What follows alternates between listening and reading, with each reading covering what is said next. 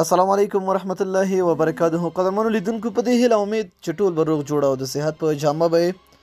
دوستانو په نننۍ ویډیو کې به زه تاسو داسې یو زبردست اپلیکیشن ښایم چې د هغې اپلیکیشن په ذریعه تاسو خپل ملګري ځان ته حیران کولی شئ. دوستانو دلته وګورئ زه یو نمبر میلاومه چې زه نمبر میلاومه څومره ښکلی او څومره زبردست او څومره د کمال ښکاري. که تاسو هم داسې کول غواړئ چې تاسو هم ډایل یا تاسو چاته زنګ وهئ نو دغسې ښکلې او په زړه پورې شي نو دغه ویډیو راسره تر پایه وګورئ. دوستانو دا کیږي څنګه ډېره اسانه ده.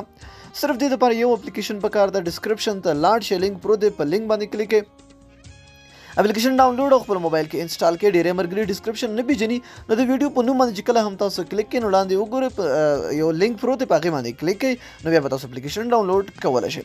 ګورئ دوستانو سمپل ده چې کله هم تاسو دا ډاونلوډ کړئ تاسو نه به یو څو اجازې غواړي، پرمیشن به درنه غواړي، هغه به تاسو ورکئ او د هغې نه پس به تاسو دلته راشئ. دوستانو تاسو دلته کتلی شئ دلته ډېر زیات پکچرې دي، صحیح ده، ډېر زیات ډیزاینونه دلته دي. دا وګورئ دا 8 دی، دا زه بندومه. دا وګورئ دا ساده تصویران دي، صحیح ده، دا ساده عکسونه دي، کوم بیکګراونډ عکسونه چې دي. نو ماله چې خوند راکړو ماته لایف وال پیپر ډېر زیات خوند راکړو نو تاسو کولی شئ دې ځین لایف وال پیپر دا وګورئ دا ما چې سیټ کړی دی دا تاسو کولی شئ.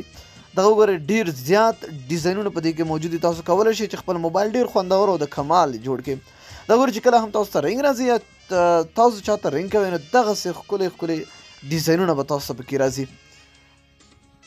دا وګورئ چې کوم یو ستاسو په کار وي، کوم یو تاسو له خوند درکوي نو همغه تاسو کولی شئ چې په خپل موبایل باندې پرېږدئ.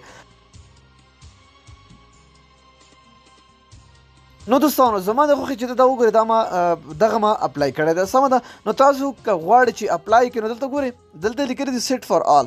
نو دلته تاسو کولی شئ چې یو نمبر تاسو ته رنګ وکړي نو دغه سټایل دې راشي، یا تاسو یو نمبر ته رنګ کوئ په خپلې خوښې نو تاسو دې ځینې کولی شئ. او که نه غواړئ چې هر یو رنګ درته راځي، هر یو کس درته زنګ وهي نو په دې سیټ فار آل باندې کلیک کوئ نو دا وګورئ اټومیټیکلي دا اپلای شو.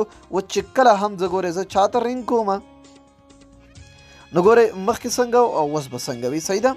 دا وګورئ دوستانو ډېرو د کمال او خوندور اپلیکیشنونه هیله ده چې خوښه شوې مو وي. که خوښه شوې مو وي حتما سره لایک او د خپلو دوستانو سره حتما شیر کړئ. تر بیا بلې ویډیو د الله په امان په دعاګانو کې مې یاد ساتئ.